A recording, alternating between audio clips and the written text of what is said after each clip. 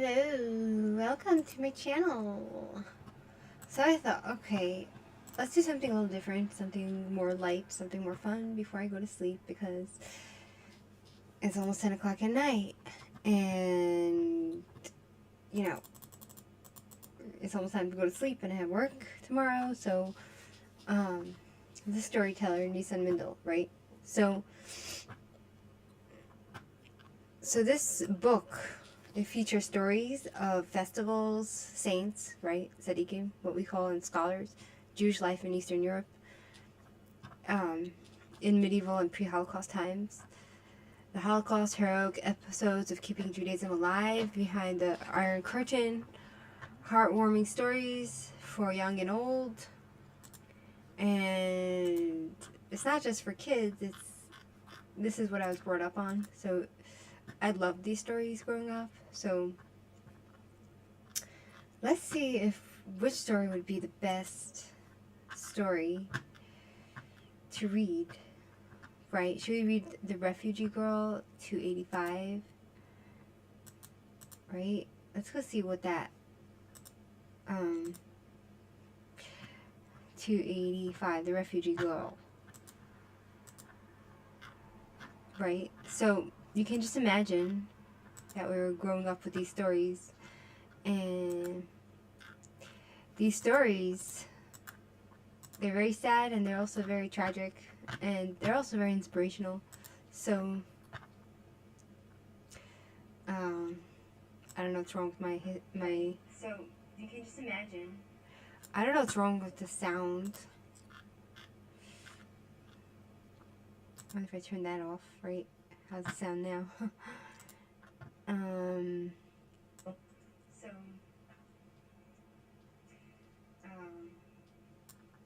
Yeah, let me show you what I'm looking at. So I don't know if this story I'm going to read is going to be anything interesting. How's it sound now? Here. So we could read this story. It's a bunch of different stories, right? I'm not used to reading these stories, but maybe this one will be interesting. The Cardinal and the Counselor, right? So this is like stories of history, and they're true stories, right, from what I understand. And so let's get into it, shall we? Okay. The Cardinal and the Counselor. So the Cardinal is like a Christian dude, right? Yeah. Where are we? Hi, Motorhead, driving to NC. Where's that? Listen to you, yak. Hi, good evening, Modest. I now understand better how hard the trolls are trying to wear you down. They keep trying to provoke you, but they don't even have a single logical argument. A lot of their arguments seem logical, but they're not really so logical, because they try to say somehow that the Arabs who live here, who call themselves Palestinians, somehow have Jewish blood, right? Canaanite ancient pagan blood, and somehow they were here before us and throughout, to try to delegitimize Jewish presence here, and to say that the Jews who are Ashkenazi are the converts and they don't belong here and they're European. Meanwhile, how is it possible that I have DNA, Ashkenazi DNA, which is 30% from the Levant. My father's Ashkenazi blood is 30% Levantine DNA. And this is after 2,000 years of the diaspora. So then, if the Jews of the Europe are converts to Judaism, how on earth do we have ancient DNA? Which makes no sense, but whatever. It's just very disturbing, these people, these anti-Semitic pigs who come and try to...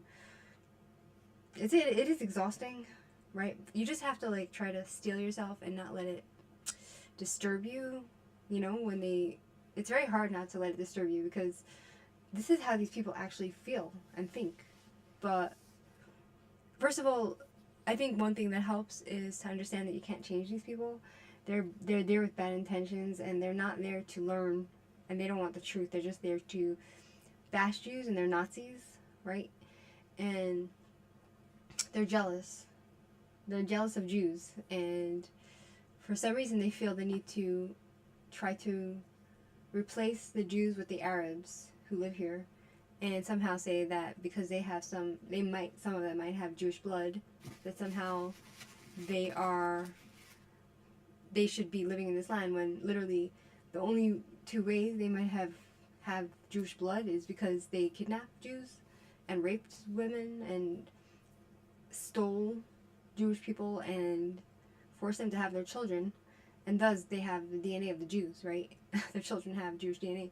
Meanwhile, they're not Jewish, and even if they are, they're lost to the Jewish nation. And because, if they kidnapped a Jewish child who was a female and they raped her and made her their wife and converted her to Islam, her kids might be Jewish, but she's part of the Islamic group right now, and she's lost to the Jewish community. And that's probably what could explain the DNA that the Arabs have of the Jews, because they kidnapped Jews and they also forcibly converted Jews to their religion. And to somehow now come and say that because some of them have Jewish DNA because they raped us, somehow means that they're the legitimate heirs to the land is rich, right? Never mind the fact that Jewish DNA is irrelevant to Judaism, because my great aunt converted to Judaism, and I have many friends who converted to Judaism, and they don't have Jewish DNA. So Jewish DNA, it's nothing. It's a myth. It's irrelevant to the conversation of. It's irrelevant to the conversation of whether you want whether Jews are allowed to live in Israel or not, right? It's more complicated than just DNA. We're not like Nazi supremacists that think that you need to have the Jewish gene in order to be part of the Jewish nation. It's ridiculous. All Jews are converts, right? Your genes may belong to this region, but with that same logic, they do not realize that no one can claim rights over a place just because they live there. The concept of rights is related to belief in social cultural structure. Their jealousy has no limits, but just like their immorality and stupidity. Exactly. But it can disturb me, I'm not gonna lie. Like, sometimes I read the comments, and it's very disturbing to read these anti-Semitic people that come with their nonsensical articles and their DNA articles, and I go check it up, and then they post YouTube channels which are like Nazi channels that they're just there to lie and debunk. They're just there to lie and slander Jews and to try to delegitimize Jewish people and Judaism, So tell them all Indonesian Persian Turks are not the real Muslims, since they are not from Mecca. Right, that's a good point, right? They don't have DNA from Mecca, Medina. Exactly. There is such a thing as classes in Islam, in the Islamic nation. The black people who were converted to Islam, they put them in the neighborhood of the Abids. They call them the slave neighborhood. Even if they're Muslim, they're still segregated, and they're put in another city just for the black people whom they call slaves. So that's how the Muslims work. They're only if you're an Arab, then you're the real Muslim, right? But if you're black, you are part of the slave neighborhood. And you even, there are black people that are totally fine with that, shockingly. Largest Islamic country in Indonesia who supports Israel. Arabs call black people Abid slaves still today, yeah. Besides, and they have a huge black slave trade, which is really frightening, as well as anybody who lands up in their countries, they confiscate their passports and force them to work for them for free, and they use them as slaves. And it's really frightening. And the world doesn't care. That's the most scary part, Besides, DNA does not tell U.S. in which century someone lived, where they lived, where their ancestors were raped, right, where they died, or how they lived. These people's logical intelligence is zero. Yeah, but the thing is, my father's genetics says that it says approximately where he might have been during which time to have had the DNA that he has, right? Which is interesting. Christianity paints all people of their Bibles as white Europeans. That's hilarious, isn't it? Is the racism against black people in Arab countries similar to apartheid South Africa? It's worse. It's worse.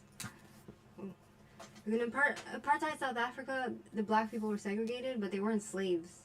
You know, they worked and they got a salary, even if it was very little. But in the Arab countries, the people are segregated and they don't get a salary, and they have no freedom. They can't, they can't go home. They can't go to their families. They are slaves. They have to work, and they can get raped. They're just a piece of property for the Arabs, and that's the truth. Okay. But somehow, we are the villain, us Jews. It's unbelievable. And the thought of the fact that my father has 30% Levantine DNA after 2,000 years of his family being exiled out of Jerusalem, right? The fact that we have that DNA, right, proves that we were once there. Even though we don't have 80% like the Mizrahi Jews, but if you think about how harsh the Jewish diaspora was, the exile was, where we were shoved and murdered and gassed and raped and all that, and somehow after 2,000 years we still have our genetics intact, our DNA. It's a miracle. Do you know what I mean? Anyway, and it proves our connection to this land, and it proves that we're not converts, even though all Jewish people are converts, because Abraham was the first convert to Judaism. King David's family were of converts. His mother or grandmother was from the Moabite nations, okay? And Rabbi Akiva's family was converts, and Onkelos was a convert to Judaism, and the Jewish people were proselytizing back then, and that's why they say, so many Jews have Canaanite DNA, because a lot of the Canaanites might have converted to Judaism, right? Because the Jews were proselytizing, they were converting other people back then. They were going and doing, they were missionaries. UAE, Saudi Arabia, and Qatar confining African in cages. Yeah, there's a kafala system. Female domestic workers are raped every day. The BBC even made a documentary about it. Right, and nobody cares. It's shocking that they made a documentary. Hi, interesting, 391. 80% of their population consists of workers, and they had the highest worker death rates and the worst figures for violence. That's really scary. Against women, relative to their population, they are in a pathetic situation. They target you so that everyone ignores this. That's the truth, my friends. And so, back to the story. Let's go and see if we can understand the story. I think this is written for Jewish people who actually know our history, like know the Hebrew words, but we'll try to understand it, okay? So, the cardinal and the counselor. Over 400 years ago, there lived a nobleman who held a very important position in the Spanish royal court. He was the chief advisor to the king.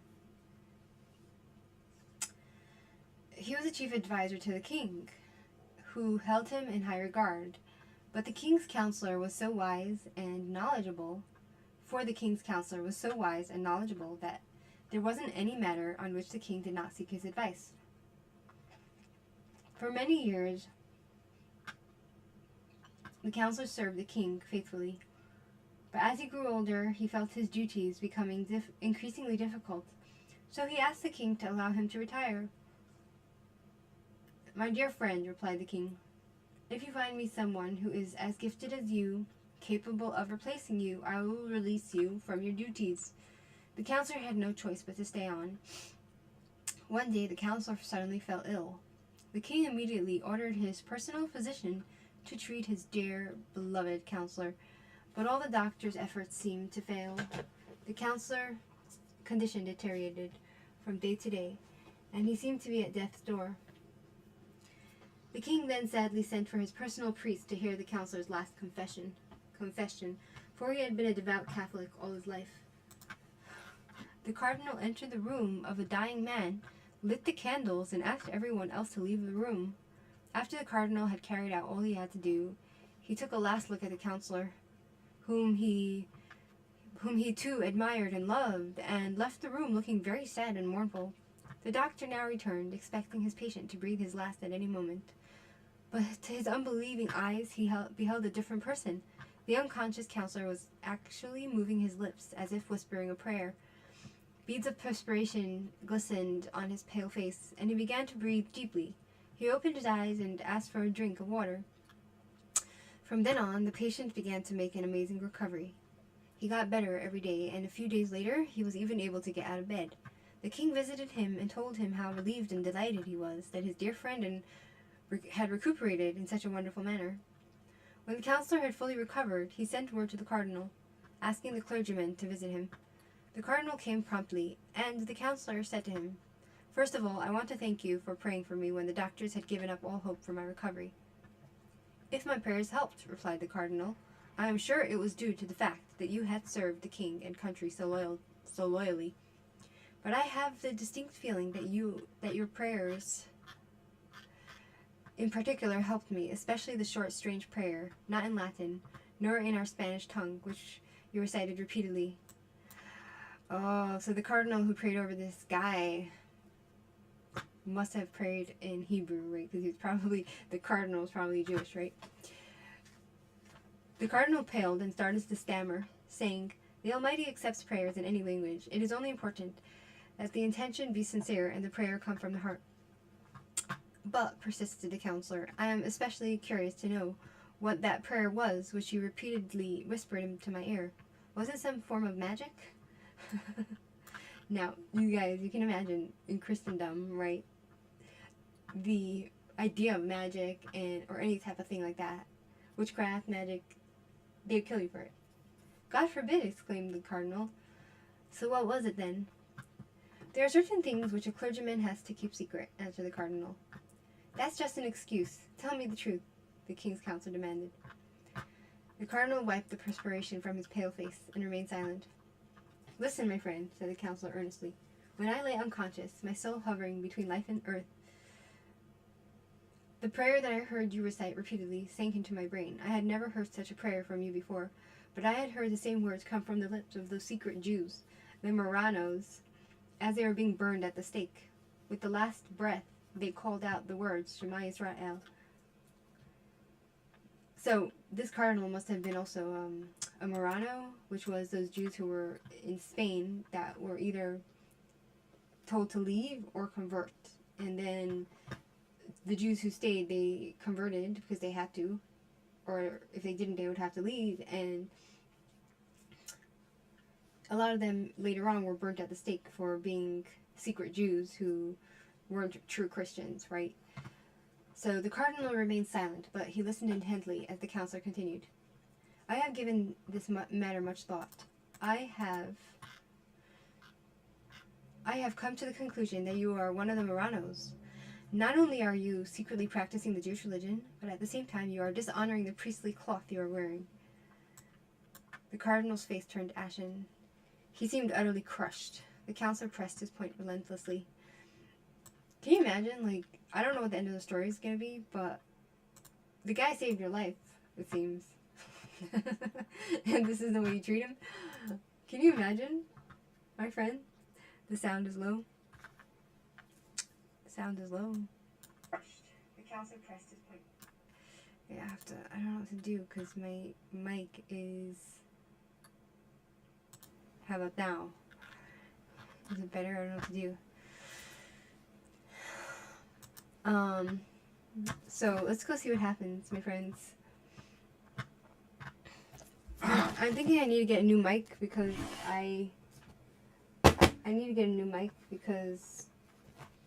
this mic is not really working so well generally. But I don't have the money, so I am very careful. It's on the highest, right? Okay, let's go see what happens. Okay, so, as you know, it is the duty of every true Catholic to inform the Inquisition of any suspicious behavior of the secret Jews who are supposed to be practicing Catholic, but secretly continue to live in the faith of their ancestors. If you will tell me the whole truth and promise that from now on you will behave as a true Catholic should, especially as a priest, I will not inform about you to the Inquisition." For a while, the cardinal remained silent. Then he quietly replied, "It is true that I come from a family of secret Jews. When I was 12 years old, my father told me this secret. He told me further that in a year's time I would be bar mitzvah and would from then on be obligated to carry out all the mitzvahs of a full-fledged Jew, the commandments, right?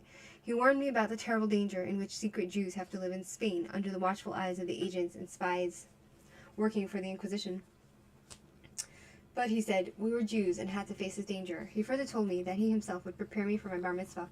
This he did every day in a secret room in the cellar of our house, where we spent an hour in the morning and an hour at night. Here I began to put on tefillin. Later, so basically he's telling the counselor the story, the counselor who was going to die, and this is a story where, this is the story of the Spanish Inquisition, right? So, he says, here I began to put on tefillin. Later, when I became 15 years of age, my father told me he was going to have me enrolled as a student in the Royal Seminary for priesthood. For the priesthood, he explained that as a priest I would have opportunities to help my Jewish brothers. I would have free access to every home and family without arousing suspicion. I would thus have the opportunity to encourage my Jewish brethren to keep firm their Jewishness as much as possible. There would also be the possibility for my winning the confidence of the inner circle of the Inquisition, and then I could do even more to help my brethren, warning those who were under suspicion or about to be caught in the clutches of the Inquisition. All this, in fact, I was actually able to accomplish during these many years. The Almighty protected me from all danger. But whatever gave you the idea to whisper the Shema Yisrael in my ear? Did you perhaps think that I too might be a secret Jew? So basically this counselor is asking why the cardinal was whispering Shema in his ear. Not really. I had no reason to believe this at all, but it had been my practice when called upon to administer the last rites to whisper the Shema Yisrael prayer in the ear of the dying person, for several reasons.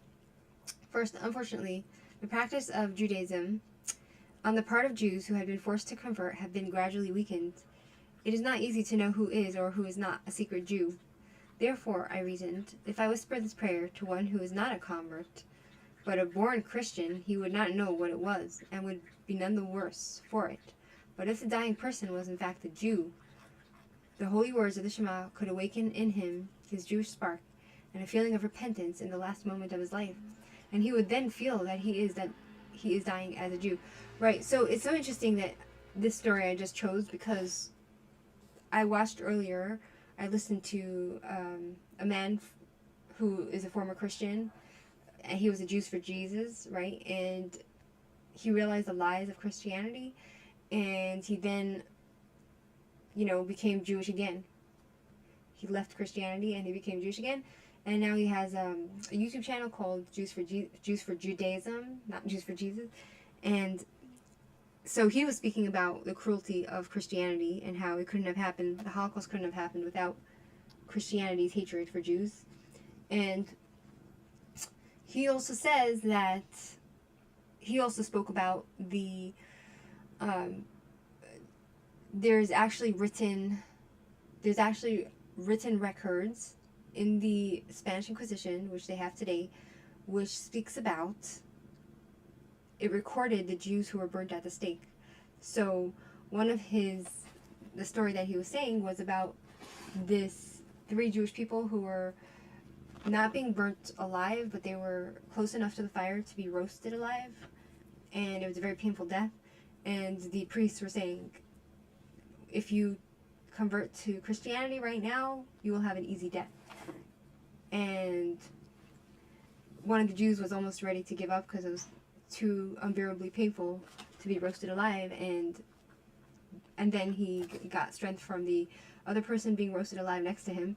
But this is a cruelty of Christianity, and now it's speaking about how this cardinal, right, whispered the Shema, and going back to this story, how how he's saying that he would go and give strength to other Jews, dressing as a Christian, right, and helping other Jews to stay true to the one invisible God of Israel, who's not a man, right? And so he says here, he would say the Shema in the dying person's ear, and the Jewish person would feel like he's dying as a Jew, right? So both men were now silent, each lost in his own thoughts. The counselor was the first to break the silence.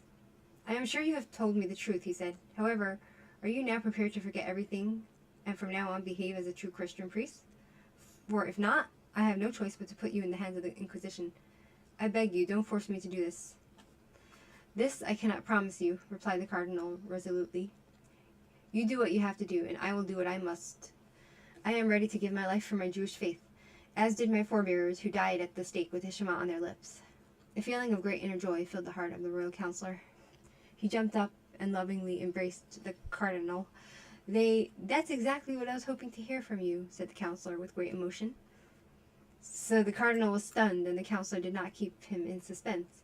So it looks like the counselor, who was a good Christian, is now going to probably admit that he's Jewish too, right?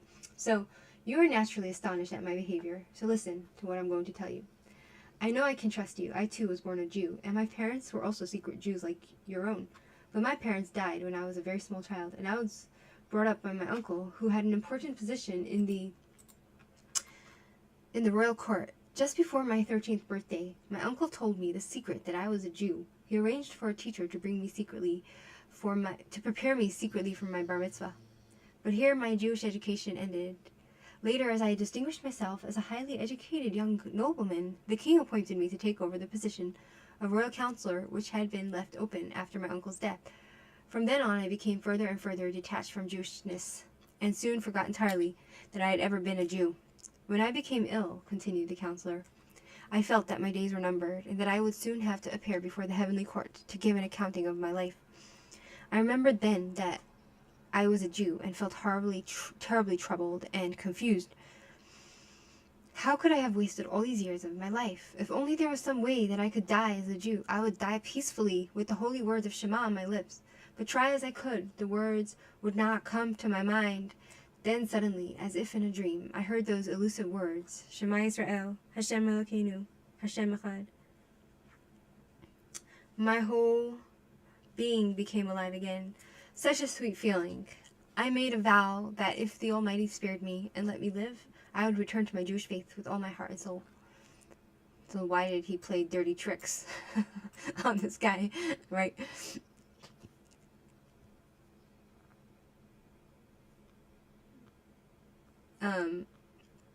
Now, my dear friend and brother, you can well understand how grateful I am to you that you have saved my life and my soul. The king's counselor paused only long enough to compose himself, for he was overcome with feeling and barely managed to hold back his tears. Then he continued, Words cannot express my gratitude, but I hope I can do more than that in return. Now that God helped me to get well, I began to search for a way to fulfill my vow. I thought of a plan that would enable us both finally to throw off this hateful disguise and be Jews openly, without fear, except the fear of God. Would you be interested in such a plan? It would make me the happiest man alive, the cardinal exclaimed. Not the happiest man, corrected him the counselor, but one of the happiest. I would be the other. Well, here is my plan. I would go before the king and tell him that at the height of my sickness, when I felt that my end had come, I made a solemn vow that if the Almighty would spare me, I would settle in the Holy Land to spend my remaining years in seclusion and holiness. I feel certain that the king would give me permission to fulfill my vow. And then I would ask him for a special favor, to allow you, my dear friend, to join me, to be my spiritual mentor and teacher in my old age. So, what do you say to my plan? Agreed? Words were not necessary. Within weeks, all preparations were completed. The king did everything possible to see that his two loyal friends, the cardinal and the counselor, left the shores of Spain with great honor and well provided with all their needs. After a long and exciting voyage, they arrived in the Holy Land and settled in Safat, in the north, right, near the Galilee. Safat, the holy city. At that time, the Holy Land was under the rule of the Ottoman Turks, who were Muslims. In the Ottoman Empire, In the Ottoman Empire, Jews could practice their religion freely. Thus, the former royal counselor and the Cardinal of Spain could start a new life here, a life of Torah, mitzvot, and good deeds. They particularly devoted themselves to helping other Jews to come to the Holy Land and return to the Jewish fold as free, loyal, and proud Jews like themselves. And that's the end of the story of the Marranos in the Spanish Inquisition. And right, so may God protect you and your family. Thank you. And may God plenty of calm and patience. Thank you. Sound is low. Your mic is way too low. Thank you. I don't know what to do, right? The persecution of Jewish people in Europe and Islamic countries was terrible. Historical ancient India and China is the only civilization without historic anti-Semitism. That's true. I did not usually drive this way at this point. That the young man politely remarked, the Torah teaches us that there is no really such a thing as coincidence. Inquisitions began in France, actually. Yeah, France is not any innocent. France is not innocent at all when it comes to anti-Semitism. The Dreyfus affair happened there, and that's why they are all going down. And in fact, I was looking at YouTube, right? And shoot, I was looking at YouTube, and this guy popped up.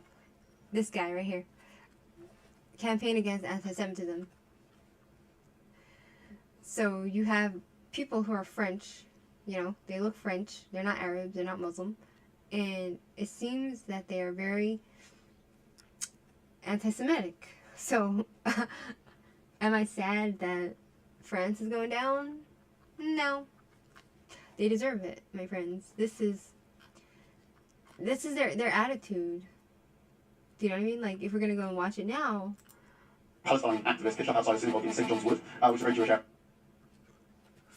Maybe he's anti-Semitic. I don't know. We'll see what he says. Make it slower. Hold up. And they started protesting, and the police moved them round the corner where people going to the synagogue would still come into contact with them. Do you feel that this is adequate, or should they have been moved to a different area, do you think? And this happened in the UK. Yeah. Again, I'm not familiar with the UK's police presence and its relationship with Palestine or Israel. I, myself, personally, again, I'm pro-love, but I'm staunchly pro-Palestine in all contexts. I'm not familiar with the situation. If you're describing it pragmatically, of course, that's inherently wrong. And I know, at least in the American context, there's no thing that's like this that is happening whatsoever. Was there not a thing a few weeks ago or days ago with when in New York when protesters pitched up outside a synagogue? I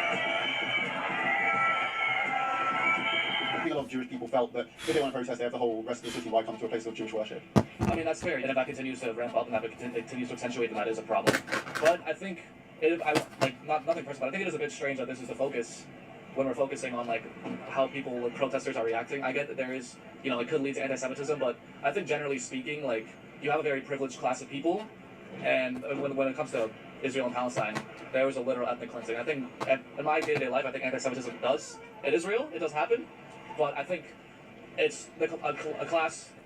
Jews are more typically in a more enriched class comparatively to Palestinians, especially globally. When you say that Jews are more of a privileged class, does that mean that when stuff happens outside synagogues, because of what's happening in Gaza, we shouldn't talk about it so much? No, it's not that. Of course, if it happens a lot, but I think, relatively speaking, it happens much less. There's much less anti-Semitism than there is violence against Palestinians right now, at least in my context. In the UK and the US?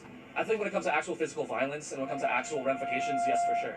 Palestinians and Palestinians in the US and UK, there's more discrimination against them than Jews. I guess, I'm talking more globally, and I guess there probably is ideologically more anti-Semitism rising in the US and the UK. That's always been the case. There is staunch Islam in because you're an anti-Semitic pig. The UK and US as well. So it's just hard for me to say. Again, like the case, I'm not too familiar with. But again, I'm objectively against anti-Semitism, but it's just tricky when it is one like a human genocide, and then it says, well, what about anti-Semitism? It's like hard to balance it all. That makes sense. All right, so fuck the Jews and put them in ghettos. Yeah. Very interesting when people feel the need to bring up Israel and Gaza when I'm just here talking about anti-Semitism. They are a lot of people are unable to discuss what British Jews or Jews in the United States or anywhere are going through without saying, but what about what's happening here? But what about what's happening here? And so you have those people who are French and they're pro-Palestine. They stand with the enemy. So if the enemy comes to get them, and if the Palestinians and the Arabs and the Muslims and the jihadis go to Europe and rape their women, I'm sad for those innocent women, but, and you know, women are not the only target. Those Arabs and those Muslim jihadis and those Syrians, Muslims, they will go and rape men too, so, and children. You know, nothing is forbidden in their culture. So, am I sad that their borders are open? No. I say open your borders more. Keep opening your borders, keep them wide open, and let them all in, my friend. That's their attitude. That's the average French person's attitude. So, you know, if that's their attitude, then, like, fuck them, you know what I mean? Like, that's what they get. Right. The Garden of Eden, before original sin in Genesis, was God's original plan. Will there be a return to that original divine state? I think so, but also it's going to be different. It's not going to be exactly how it once was. It will be different. There are actually classes about, it's called Mashiach and Geula classes. You can go and look up on YouTube, and you can find, especially Chabad, who talks about what's coming, right? Europeans still occupied half the planet, imperialism, colonialism, globally, then tell us Jews we can't live in our ancestral homeland and defend ourselves. Exactly. No original sin in the Torah. Yeah. So, I don't understand what they say, original sin. Like, whatever. Anyway, now we're going to go and look at a different story. I don't know if any of you enjoyed that story about the cardinal. But then this is the one about the king who was, the man who was king for one day. But I don't want to read that because, oh, this is a good one. This is a good one, but I don't like this story.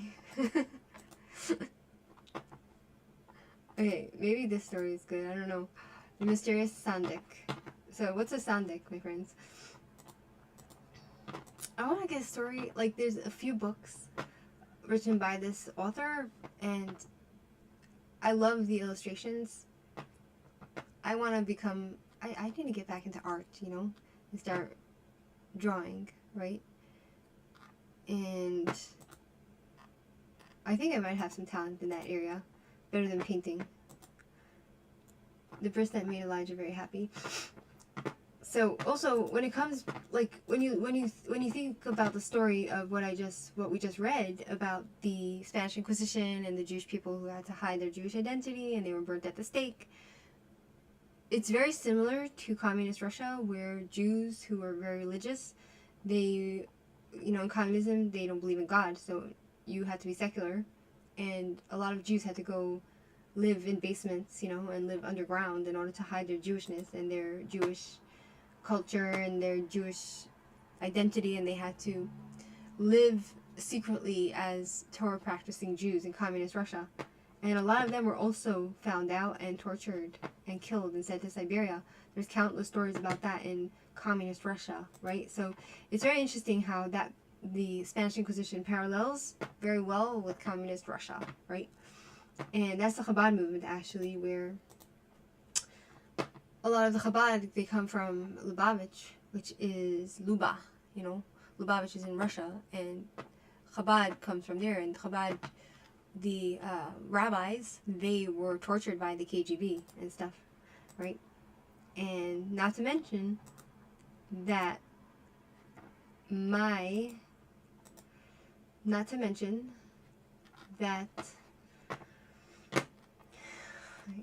never mind. It's a long story. I want a short story. There's a lot of inspiring stories about Jews who literally were kidnapped, right? It's very normal for the non-Jews to go and kidnap Jews and raise them as Christian or Muslim.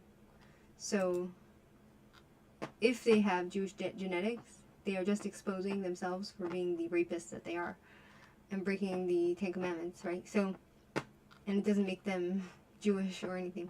A marriage made in heaven. Who wants to hear about this? Oh boy. How about this story? This story here, on the hordes of the gazelle. Who wants to hear about that? stereo is hard to hear. Sandik is the one who holds the baby at the breast. Yep.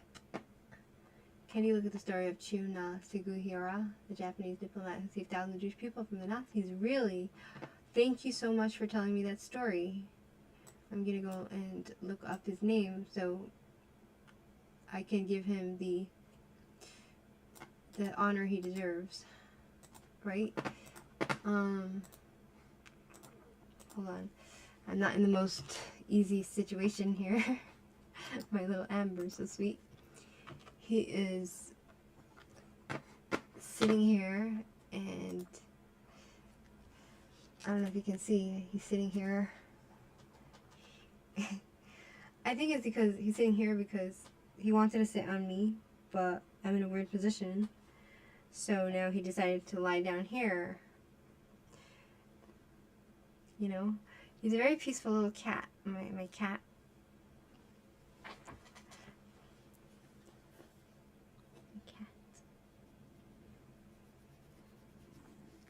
Okay.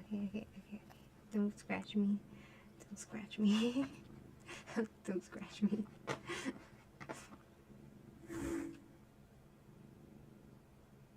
Such a nice cat. So I'm in a difficult position. Anyway, it's a good position to be in, even though it's difficult. Anyway, back to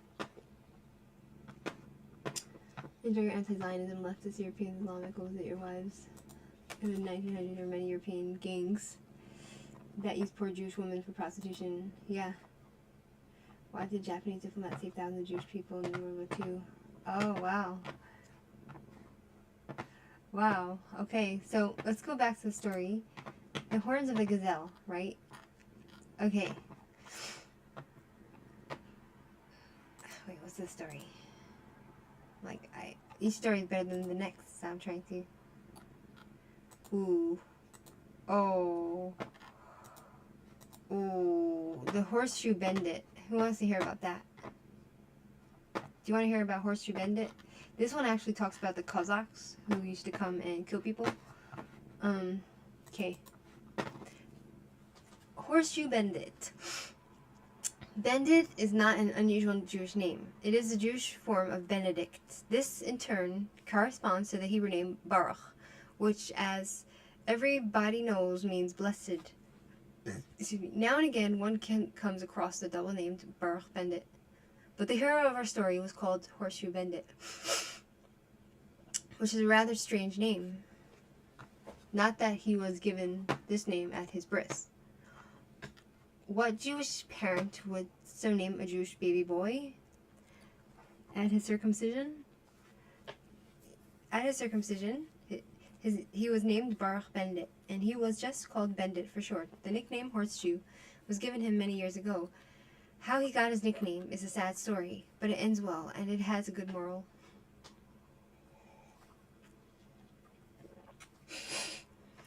Bandit was born about 300 years ago in a little Lithuanian town called Gorzd,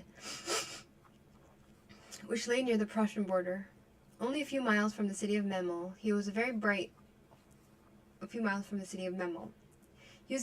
child, and he studied the Torah well. When still a young boy, he left home in order to enter one of the great yeshivot in Poland. He studied with such devotion and diligence that he soon became the brightest and most learned student in the yeshiva. Now, in those days, it was considered a great privilege to have a son-in-law who was a scholar of the Torah. To have such a son-in-law, it was necessary to have, first of all, a fine daughter of marriageable age, and secondly, it was necessary to be in a good financial position, for the students were poor, and they wished to continue their studies also after marriage. Only a well-to-do father could afford to take a yeshiva student as a husband for his daughter and support the young couple and their family for a number of years. And so it came to pass that one day, a wealthy Jew from the city of Lemberg, Lublin, came to the yeshiva where Bandit was studying to select a chassan for his daughter, or groom. Himself not an ignorant man, this gentleman sat down to listen to the Talmudic discussion that was in progress. It did not take him long to make his choice. Bend it.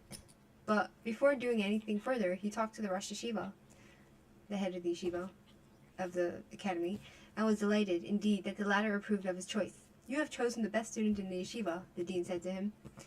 Now Bendit is still very young, but he has a mind of his own. If he will agree to your proposition, may the betrothal be in a happy and auspicious hour. Thereupon, the Rosh Yeshiva, the head of the school, introduced Bendit to the gentleman from Limburg, who was well known as a scholar and pious man, a man of considerable means and a very generous nature. Bendit agreed to the proposition, and immediately an official betrothal was celebrated in the yeshiva, in the academy, right? An agreement was signed, whereby the future father-in-law pledged to support his son-in-law to be,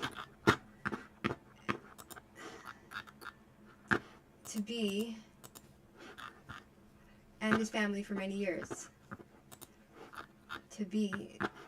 And his son-in-law to be, and his family for many years, promising, besides, costly gifts and a handsome dowry. Now the rich man from Limburg invited his future son-in-law to spend the next festival, which was to be Shavuot, in his house, in order to meet his bride and the family, and make the necessary preparations for the wedding. At the appointed time, Bendit came to Lublin, full of happy expectations. But the happiness was short-lived, for it was at this time that a terrible massacre was wrought by Bogdan Khmelnytsky and his Cossacks. What did I say about Jewish history and the Christians, the evil, cruel Christians, how they massacred the Jewish people time and again, and you never know when the next massacre would be, just like October 7th. That's why I say that any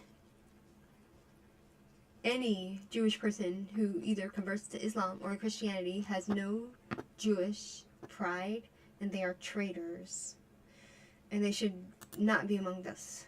They should not be amongst us, my friends. Okay? So, the Cossacks, right, came and did a massacre with the Jews. He rose up, for it was that time that the terrible massacre was wrought by Bogdan Khmelnytsky and his Cossacks, who rose up against the Polish nobility and landowners. The wild Cossacks left a path of destruction and bloodshed wherever they went. They destroyed all Jewish communities in their path, killing many thousands of Jewish men, women, and children with the utmost cruelty. The flourishing community of Lublin was also ransacked and razed to the ground.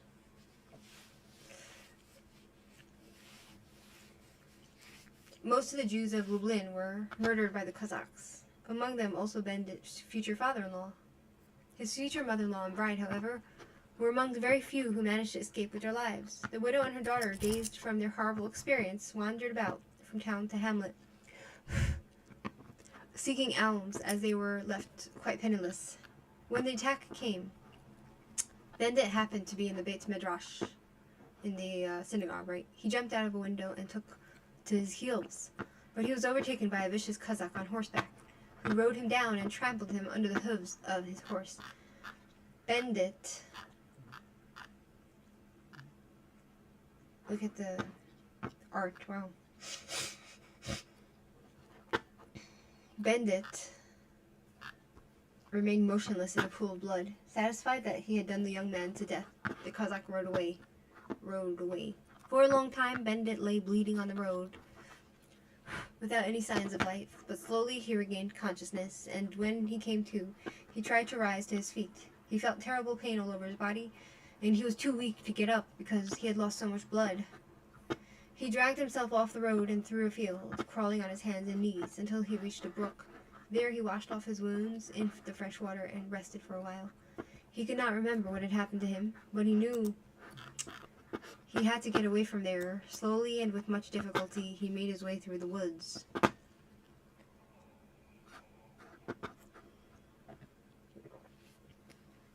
In due course, Bendit's wounds healed, except that on his forehead there clearly showed a blue mark of a horse's shoe. That terrible scar and reminder of his narrow escape from death remained with him for life. But what pained him most was that he had completely lost his memory. The only thing he could remember was that his name was Bendit. He could remember nothing about himself. and about his earlier life. Now people began to call him Horseshoe Bendit, for that was the only way they could identify him. Horseshoe Bendit. Poor guy. Poor guy. Horseshoe Bendit wandered from place to place.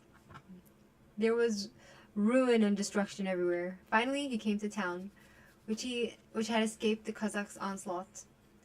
There were many refugees there, and the townspeople took care of their unfortunate brethren and gave them food and shelter.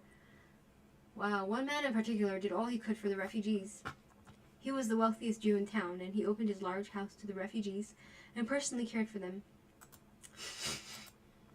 He was especially kind to the orphaned children, and when he chanced upon a scholar, young or old, he waited on him and attended to all his needs.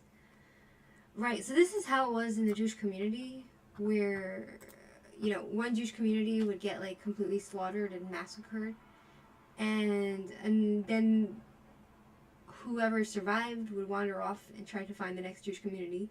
The next Jewish community would look after them, help them, and then when they got attacked and slaughtered, the survivors would go on to the next Jewish community.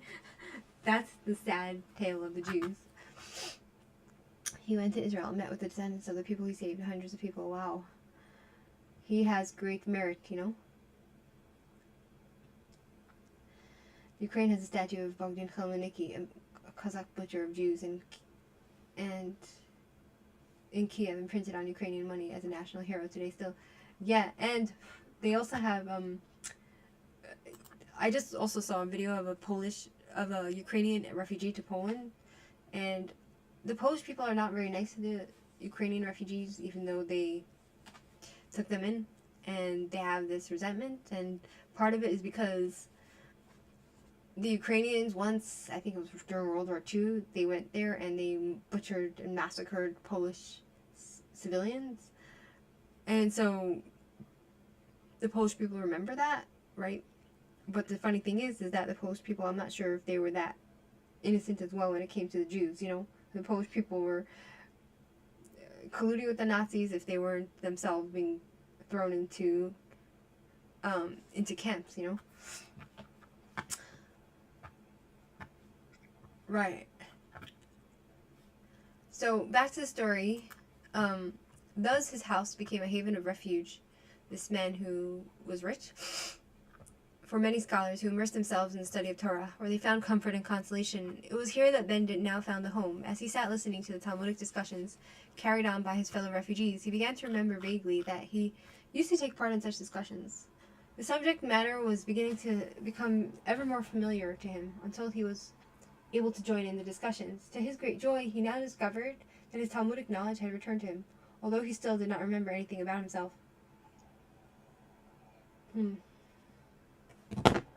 Very sad.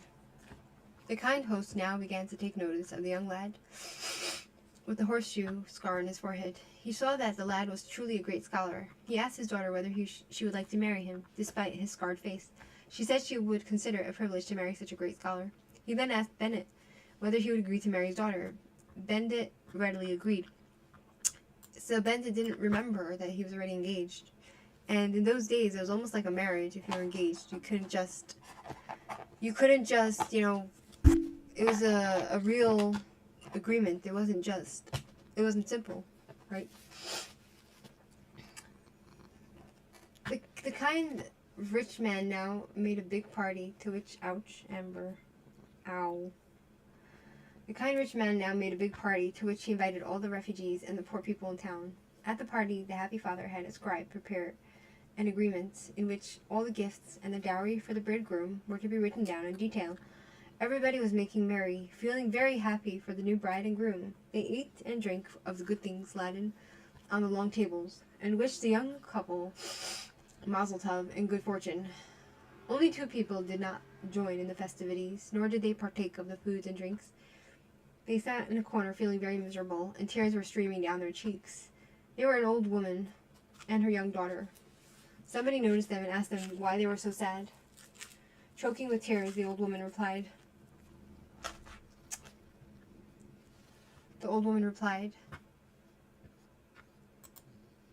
Yeah, this is really sad. The old woman and the daughter that was engaged to Bendit lost their father, and they probably had no money, and they're refugees now, right? So, how can I keep my tears back when I see that bridegroom over there, who was engaged to marry my daughter?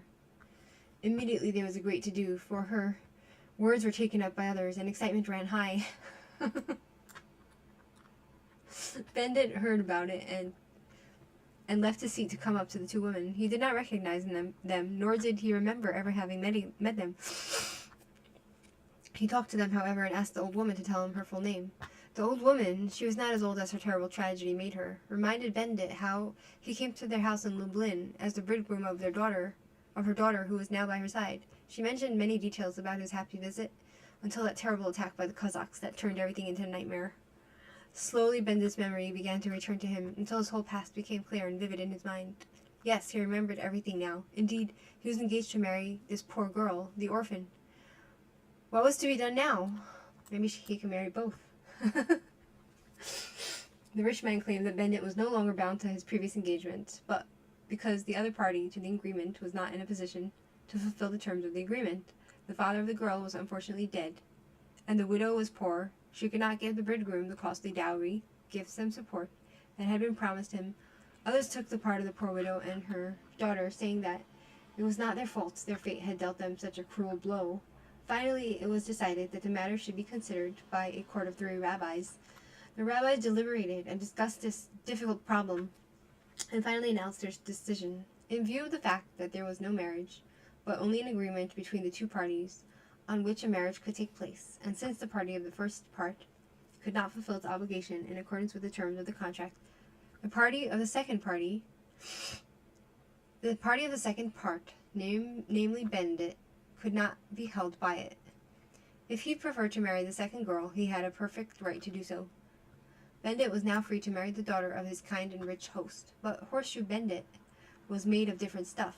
He decided to give up the rich girl and the comfortable life that would go with her, in order to marry the poor orphan. The second girl could not help but admire his loyalty to her rival.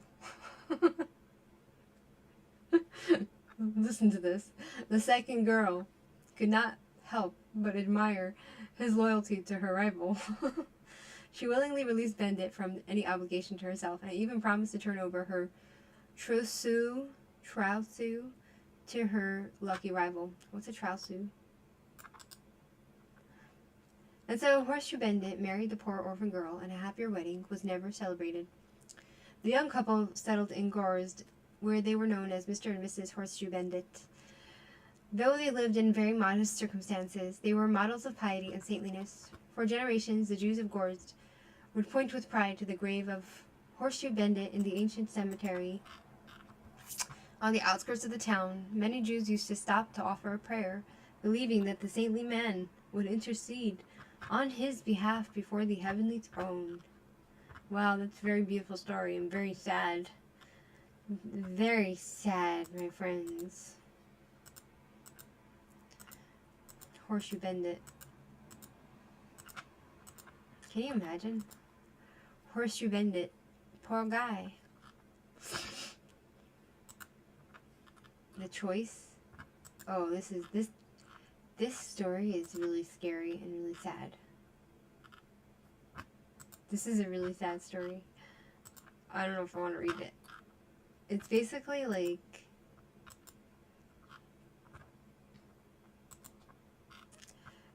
a girl that got accused of, she was working for somebody, she got accused of stealing.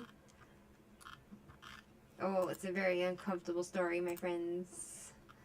It's a very uncomfortable story. Oh, this is a very nice story here. I think this one's about, like, it's mysterious, right? It's how, like, this is like astral projection. And it's a story of Elijah the prophet. As you know, the tale. The legend has it that Elijah the prophet went up to heaven and didn't die. And this is a very interesting story and how he visits people, right?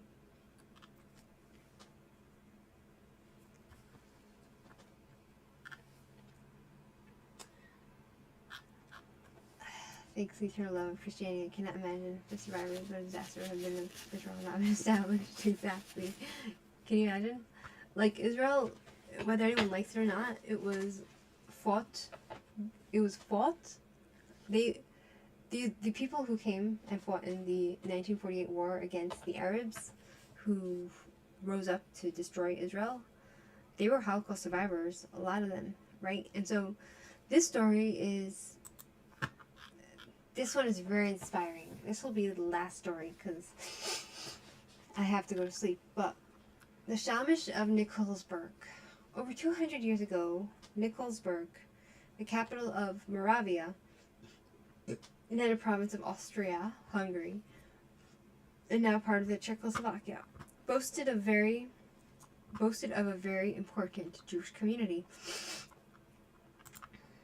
For many generations, it has been the seat of famous rabbis, among them Rabbi Yehuda Leib, son of Bezalel, who later became famous as the Maharal of Prague.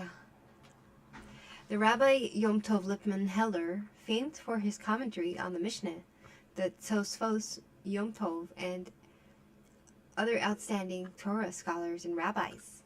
Whenever the need arose to choose a chief rabbi for Nikolsburg, who would at the same time be the chief rabbi for all of Moravia, the community naturally looked for an exceptionally brilliant and saintly Gaon, one of the leading rabbinical figures of that generation. That description eminently fitted Rabbi Shmuel Shmelka, the disciple of the great Maggid, Rabbi Dalo Ber of Mezrich, successor of the Baal Shem Tov, who had occupied important rabbinic positions in several Jewish communities in Poland. The community of Nikolsburg decided to invite him to come for Shabbos, as a candidate for the position. Rabbi Shmuel Shmelke accepted the invitation. He was welcomed with much honor. Long before the appointed time, the main synagogue was crowded to overflowing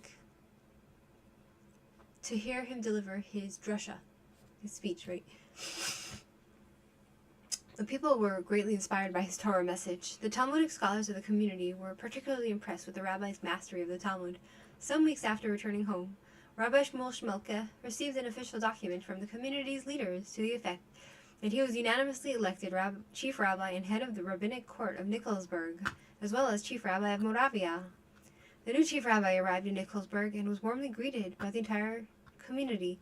He lost no time in giving his attention to various daily problems. These often left him with much less time for his Torah study than he desired. So to make up for it, he studied late into the night and in the early hours of the morning, cutting down on his sleep to a minimum. Now at that time there lived in Nikolsburg the old community Shamish, a deeply God-fearing Jew. Though not much of a Torah scholar, it was his daily task to get up very early in the morning and knock at the windows and shutters of Jewish homes. Oh, this is like the story of, in my other channel, Shmirchik book reading, we speak about how, we speak also folk Jewish stories, right? And one of the stories is about the, what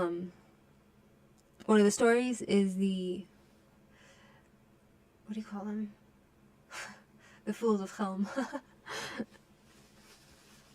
Okay, so he would go and knock on the shutters, the Shamish would go and knock on the shutters of the Jewish homes with his call, "Wake up, Jews! Arise to the service of the Creator!" He used to complete his round at the Rav's house, where he would slip in for a moment's rest. Unobtrusively, he would sit down and listen to the Rav's melodious humming, engrossed in his Talmudic study. Often, the Shamish would refresh himself with a glass of steaming tea.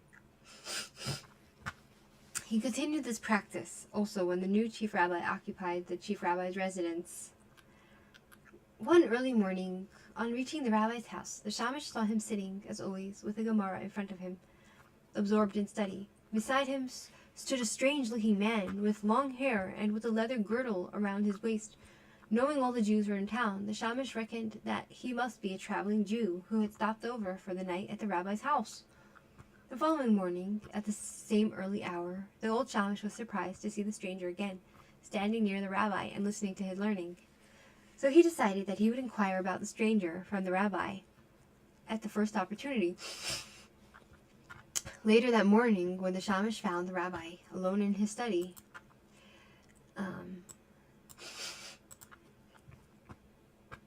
he asked who that stranger was. The rabbi was somewhat taken aback by the unexpected question.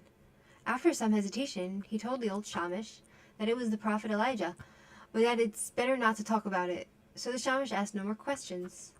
Some days later, the shamash happened to be passing the rabbi's house late one night, when he was startled to see something quite extraordinary. The outer door of the rabbi's house was open from inside, and there appeared the rabbi carrying a candlestick with 2 lit candles, escorting 2 guests. One of them was the hairy man with the leather girdle, whom the shamash had seen twice before, and he knew that it was the prophet Elijah. But the sight of the second man made him tremble with awe, for he was wearing a crown on his head and carried a royal scepter in his hand. The shamash stood there petrified as he watched the king walk out of the door first, followed by Elijah, while behind them walked the rabbi carrying the brightly shining candles. The rabbi escorted his visitors for a few more steps, entered the house, and went to his room to continue his Torah study. The old shamash wanted very much to know who the king was and what business he had with the rabbi. He plucked up courage and went into the house to see the rabbi just as he was about to begin learning. The shamash cleared his throat and began most apologetically. I humbly beg forgiveness of the rabbi for my chutzpah, but it is the request of a foolish old man. Please do tell me who was the king whom you had just escorted from your house, and if I may know it, what was the purpose of his visit? Actually, we shouldn't talk about this, said the rabbi, but since you saw what you saw, you might as well know the whole story. The man you saw in the royal robes was King Menashe, the son of King Chizkiyahu, king of Judah. King Menashe came with a special request in connection with the Din Torah, which is a ruling, like something to do with Torah law, right? With the Din Torah we had today, right? This is how it came about. So I don't know if you can see the picture, right? So these people who are dead, right, and they live in the heavenly these people who are dead and they live in the heavenly realms, right? And they're making their appearance to this holy rabbi. This is like what we call, this is what we call, this is what we would call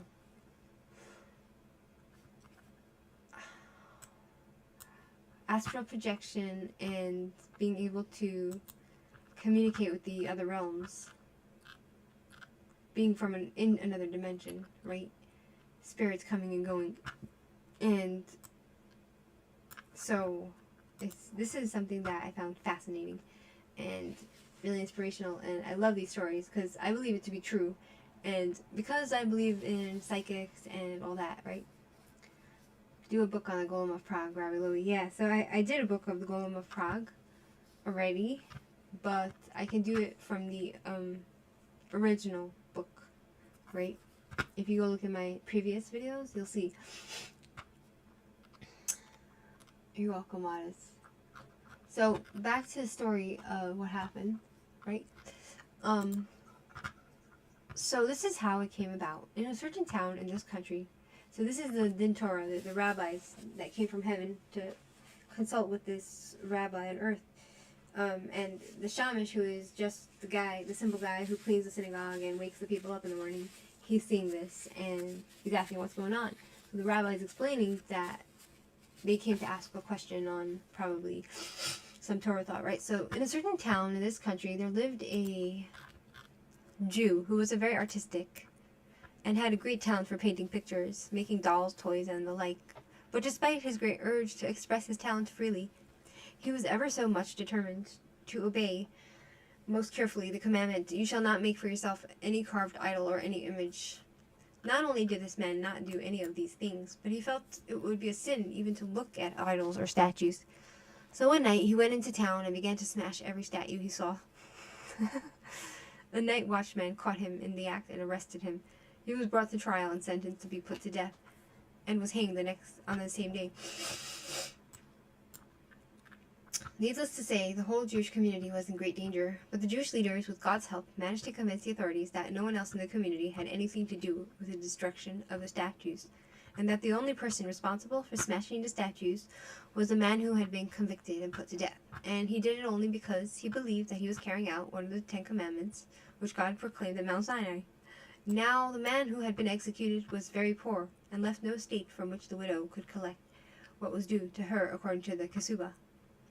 Right, so this feels almost like the guy was a sensitive soul, and he might have been also mentally ill, and he went a little bit crazy and cuckoo and fanatical, and he didn't know what he was doing. He probably went and did what he did because he went mad, right? Usually in such a case, it was the obligation of the Holy Burial Society, the Chaver Kadisha, to pay as a Kesubah out the Kesubah from a special fund it had for the purpose of helping poor widows. However, the Burial Society turned down the widow's request on the grounds that its obligation was only in the case of a normal death, not a suicide. And in this case, the man who smashed the statues surely knew that his actions would result in his being put to death, and it was the same as if he had taken his own life. Therefore, the responsibility was not theirs, but that of the community. The case came before the rabbi in the Beis Din of that town. Or Beis Din is the Jewish court. And they decided to refer the matter to the chief rabbi of Nikolsburg for judgment. So today, continued Rabbi Shmuel Shmelka, my colleagues and I looked carefully into the matter, and after discussing all its aspects in great detail, could not come up with a decision regarding the widow's claim. We decided to continue our discussion tomorrow. So this is, he tells the Shamish what those heavenly people from another realm were coming, what were they doing in his house. They were discussing this issue that had to do with this widow, right? And this is why this is something that I love about the Torah, which it seems to be so humanistic, right? So even the heavenly people in the skies, in the heavens, right? They died, they're gone. They're still thinking about this earth, about the humans. Tonight, while I was sitting and pondering the problem, King Menashe appeared before me.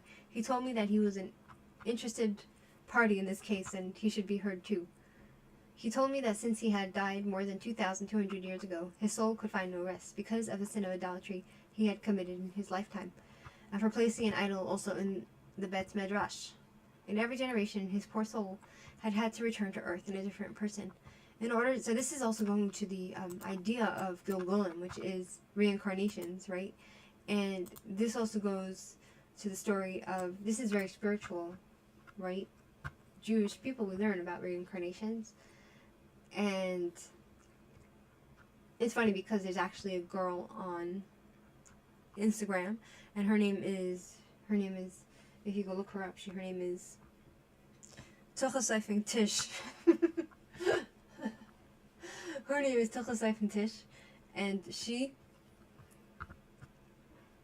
also talks about this. She's very funny. She does humor, and she talks. One of her Instagram posts is about a fish showing up in the next life, waiting to be eaten by a Jew to be made a bracha on, to be made a blessing on, because of something they might have done in the past life, right? So, if you want to see her Jewish humor, you can go and look her up.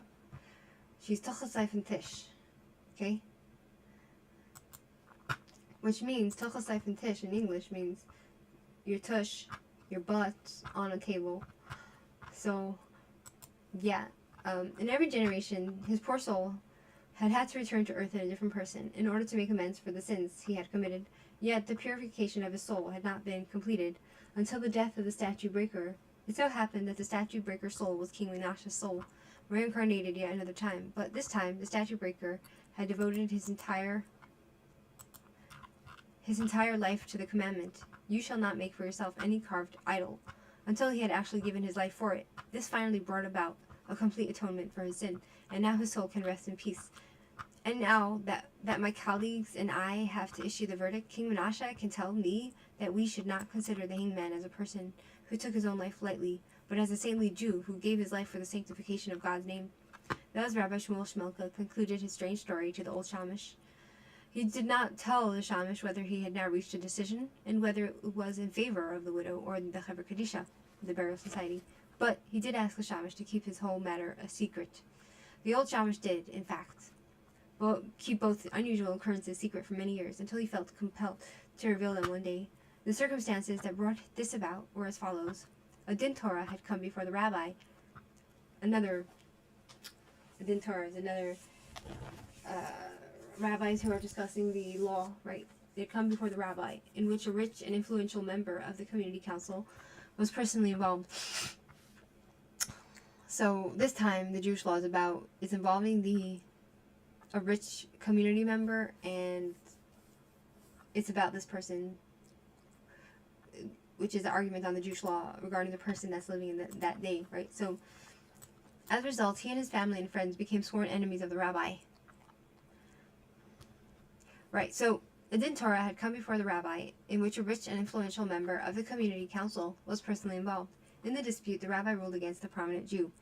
As a result, he and his family, because it's a Beit Din, it's a court of law, right? And the rabbi ruled against these rich people, and now the rich people are becoming enemy of the rabbi. As a result, he and his family and friends became sworn enemies of the rabbi. They began to plot to have the rabbi sent away, and looked for some faults of wrongdoings of which to accuse him.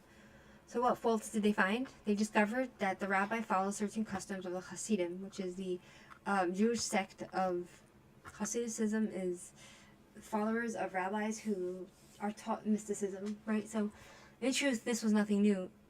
It was no secret, right? So in those days, there was different rabbis who were called misnagdim, who didn't like the mystic followers of those rabbis, right?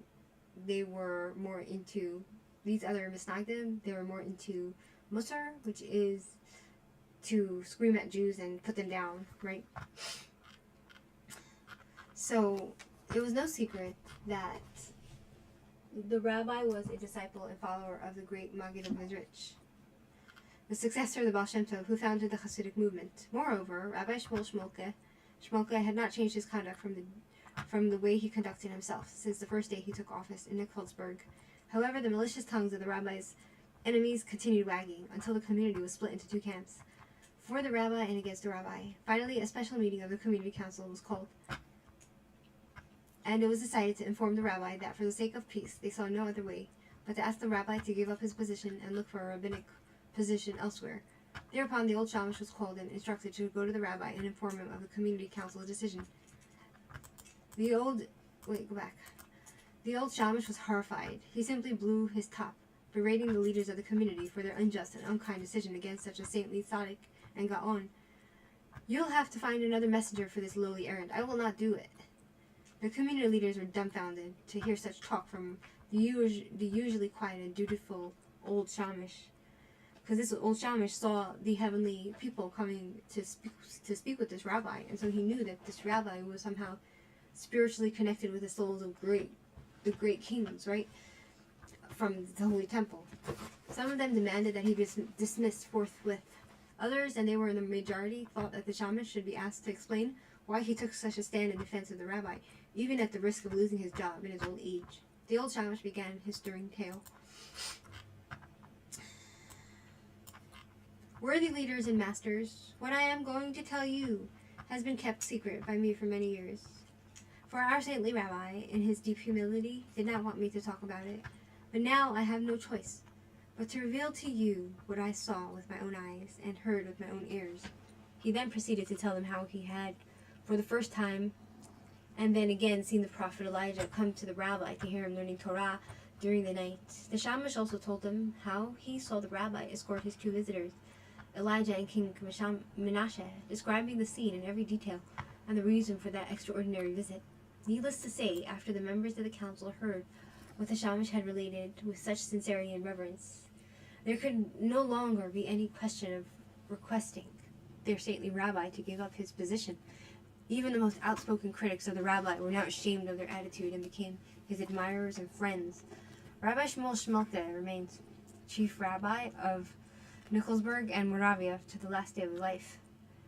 When Hasidim related this story, they did not conclude by saying that it showed what a great and saintly man Rabbi Shmuel Shmirchik was. This went without saying, but they did marvel at the simple humility and saintliness of the old Shamish of Nikolsburg, to whom Elijah had revealed himself more than once. Right, because those beings that came from the heavens, they didn't have to allow this man to see them, but they allowed him, right? Yet he never breathed a word about it to anyone except that once, for the honor of the Torah, the honor of the rabbi, and the honor of the entire Jewish community. And that, my friends, is a very moving tale. And this is what I read when I was a child. And so, right? And so, I'm familiar with all these Jewish words, right? And then when I think about that comedian, the Jewish girl, on the Instagram, and the way she has such humor when it comes to the Jewish culture, right? And when I hear about her, when I hear the title of her, when I hear the title of her Instagram, I can't help but laughing because it's just so Jewish, you know. Tocha knife and tish. Tocha knife and tish. May God bless all their souls. Amen. Right? What has been put in this place is Reformed Judaism and all people who have sold their souls to Christianity and are corrupt and moral decaying. Exactly. Self since the first day he took office in Nikolsburg, and today they all target the Talmud, the Hasidic, the Orthodox. Exactly.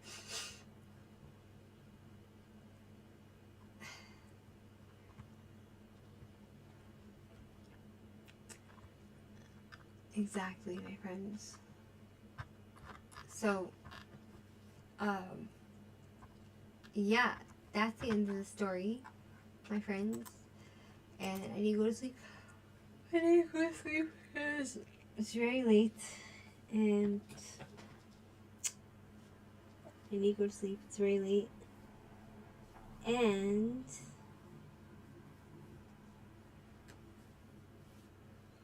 I need to go to sleep. It's very late. And yeah, it's a very inspiring story, and you know, that's what I was brought up on. So I guess storytelling is very powerful, and so I was brought up with a Jewish education, and I'm very lucky. And you can imagine how, you know, the Christian people, for example, if they're brought up in the culture of Christianity, and they hear they also have their stories, you know, of their saints and their gods and their stories of the evil Jews, and they also have very moving stories which can move their heart to believe in their pagan deity, right? And regardless of whether it's true stories or not. So can you really blame a lot of Christians for sticking to their pagan idolatry? You know, I don't know about that. I don't know if you can blame them. But at least they should leave others alone, you know? Anyway. I'm tired. I have to go to sleep. Alright. You're welcome. Thanks for being here. Thanks for hanging out with me. And I'll see you next time, my friends, okay? Wish me luck tomorrow.